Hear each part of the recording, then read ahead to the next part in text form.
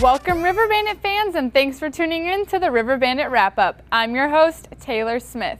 Quad Cities beat Beloit last night 5-4 in walk-off fashion. Bobby Wernes hit a single in the bottom of the ninth to score Connor Geddert from second base. The River Bandits will be hosting a series of games at Modern Woodmen Park for their second time this season, while the Cougars will be heading to the Quad Cities for their second road trip of the season. In the AHL's Western Conference playoff race, the Stars currently sit in third place. They trail San Antonio by 7 points, but after the victory tonight, they close the gap.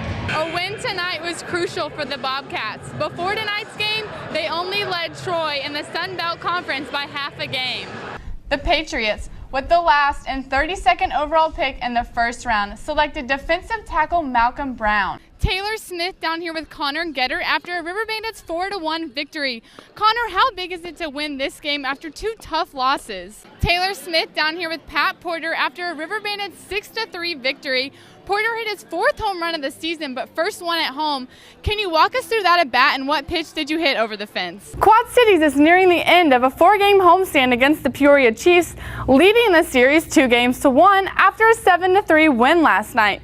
Every single River Bandit reached base at least once, with 8 out of the 9 Bandits recording a hit. With the Astros owning one of the top farm systems in Major League Baseball, the River Bandits roster features 3 top prospects. Kyle Tucker, who was drafted 5th overall in last year's draft, Daz Cameron, who was drafted 37th in the supplemental first round of last year's draft, and Albert Abreu, who the Astros signed in 2013 out of the Dominican Republic.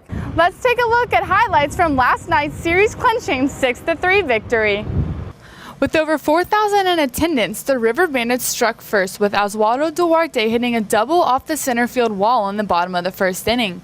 He later advanced to third on a groundout by Kyle Tucker and scored on this wild pitch by Eduardo Del Rosario with Connor Geddert at the plate. The Colonels got that run back in the top of the second, though. Xander Wheel doubled as the first batter of the inning and later scored on this single by Daniel Keeley. But then the River Bandits offense got going. Correa with a single to left field. He later scored on a balk call, and then Duarte with his second hit of the game in as many innings, bringing in Bobby Wernes and Miles Straw, who both drew walks behind Correa's single. Keala had some good defense behind him. Miles Straw with the catch at the warning track, stopping himself before he crashes into the wall, and Bobby Wernes with the diving stop and throw to first. One of the many great defensive plays from Wernes last night. There's always a special relationship between a pitcher and a catcher, but for Ralph Garza and Anthony Hermelin, there's a special bond that goes beyond the playing field. The two played together at the University of Oklahoma and were pleasantly surprised to both be drafted by the Houston Astros in 2015. Roomed together in spring training, we roomed together here, we roomed together on the road. We've known each other since before college. Not that excited, I mean I didn't like it. No, I'm just kidding. Actually pretty excited. Not many people can actually get drafted and play on the same team as the guys you did in college. Having a catcher, the other parts of the batter, you know, is just even better. It's just like a home away from home, just being able to have that comfort level with somebody with you. Having that comfort level allows the two of them to be honest with each other. When Garza doesn't have his normal command, Hermelin doesn't hold anything back. I mean, he's pretty blunt. If like my stuff's not usually what it is, he tells me straight up. He doesn't beat around the bush, so it's good to have that. As the catcher, Hermelin says he enjoys being able to pick Garza's brain. He says it's a luxury that's helped him transition from college to professional baseball.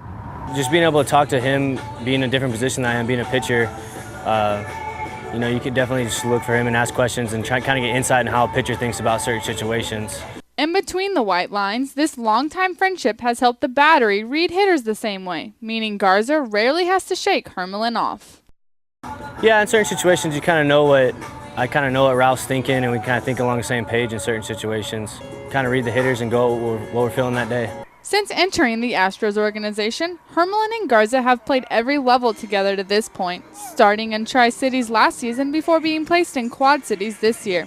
And if that continues, they could find themselves playing catch on the game's biggest stage, Minute Maid Park.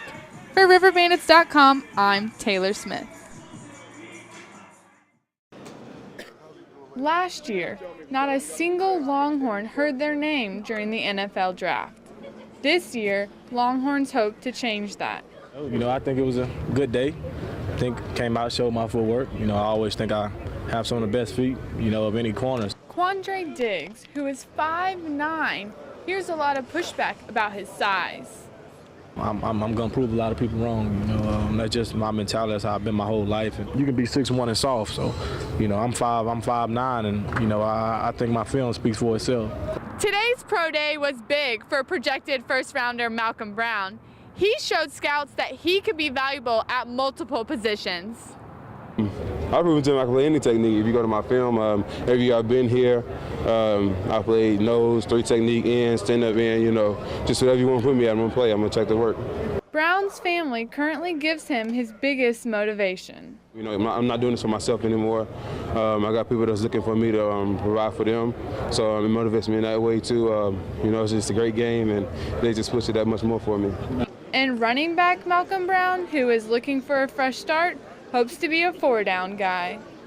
I'm going to go into a team and I want to be just a 4-down back. You know, that's something Coach C-Rob taught us, you know, going in first and second down, of course, you're going to run the ball.